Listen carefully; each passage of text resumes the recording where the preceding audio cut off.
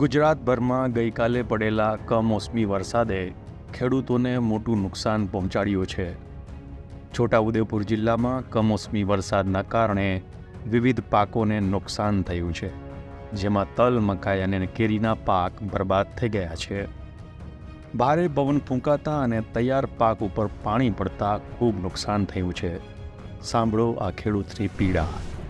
કપાસ વાવ્યો હતો સાહેબ, અને અત્યારે કપાસ કાઢીને તલ વાવેલા હતા. તે ઘડીએ બી કપાસ વખતે બી વરસાદ પુષ્કળ પડ્યો હતો કમોસમી, એટલે કપાસને ઘણું નુકસાન થયું.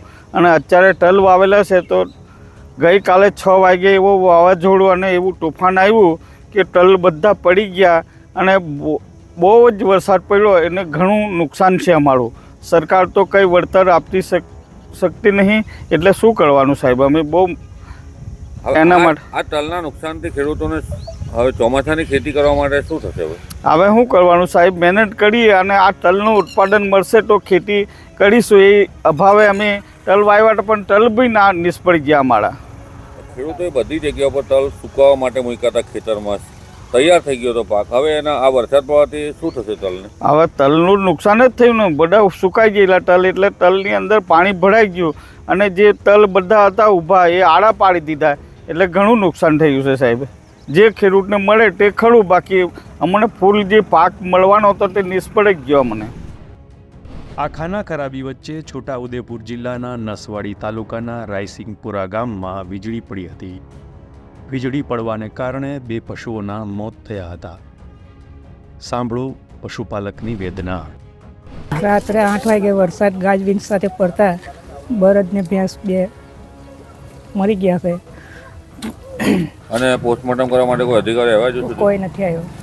શું માંગ છે તમારી સરકાર પાસે? સરકાર કંઈ સહાય આપે એવી માંગ છે. છોટાઉદેપુર જિલ્લાના નસવાડી, કવાંટ, છોટાઉદેપુર, સંખેડા, પાવીજેતપુર અને બોડેલી તાલુકામાં છેલ્લા 3-4 દિવસથી બહુ જ ગરમી પડી રહી હતી. તાપમાનનો પારો ઊંચે જતાં લોકો હેરાન પરેશાન હતા. જ્યારે સોમવારના રોજ સાંજના 5 વાગ્યા પછી વાતાવરણ બદલાયું. આકાશમાં કાળા ડિબાંગ વાદળો ઘેરાયા અને ભારે પવન ફૂંકાયો હતો. વાતાવરણમાં અચાનક પલટો આવતા ગાજવીજ સાથે વરસાદ પણ પડ્યો હતો. વરસાદ પડતા ગરમીથી કંટાળી ગયેલા લોકોને રાહત થઈ હતી, જ્યારે ખેડૂતો ચિંતામાં ડૂબી ગયા હતા, કારણ કે તલ, મકાઈ અને કેરીના પાકમાં ભારે નુકસાન થયું છે. આ સિઝનમાં ચોથી વાર કમોસમી વરસાદ પડતા ખેડૂતોની કમર તૂટી ગઈ છે.